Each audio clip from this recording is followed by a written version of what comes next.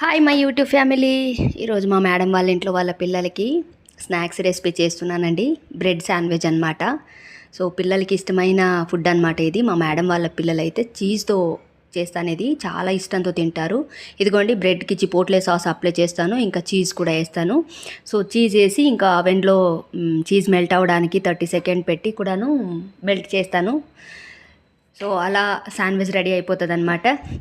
అయితే చాలామంది అమ్మల ఫీలింగ్ ఏంటంటే పిల్లలకి ఇష్టమైన స్నాక్స్ చేసి ఇచ్చినప్పుడు ఫుల్గా తినేసి వస్తే అమ్మలకి చాలా హ్యాపీగా ఫీల్ అవుతుంది. ఎంత హ్యాపీనెస్ అంటే ఇండియా వెళ్ళి పాకిస్తాన్ మీద యుద్ధం చేసి గెలిచినంత హ్యాపీగా ఫీల్ అవుతారనమాట ప్రతి అమ్మను. కాదంటారా ఫ్రెండ్స్?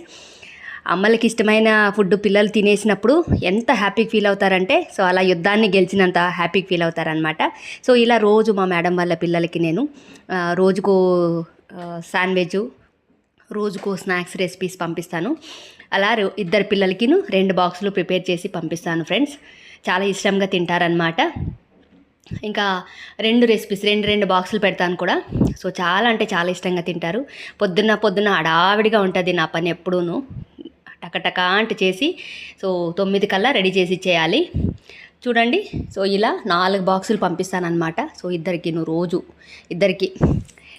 2 బాక్సులు అనమాట.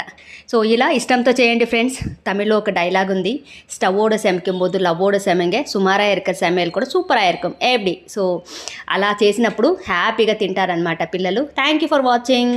Bye, take care.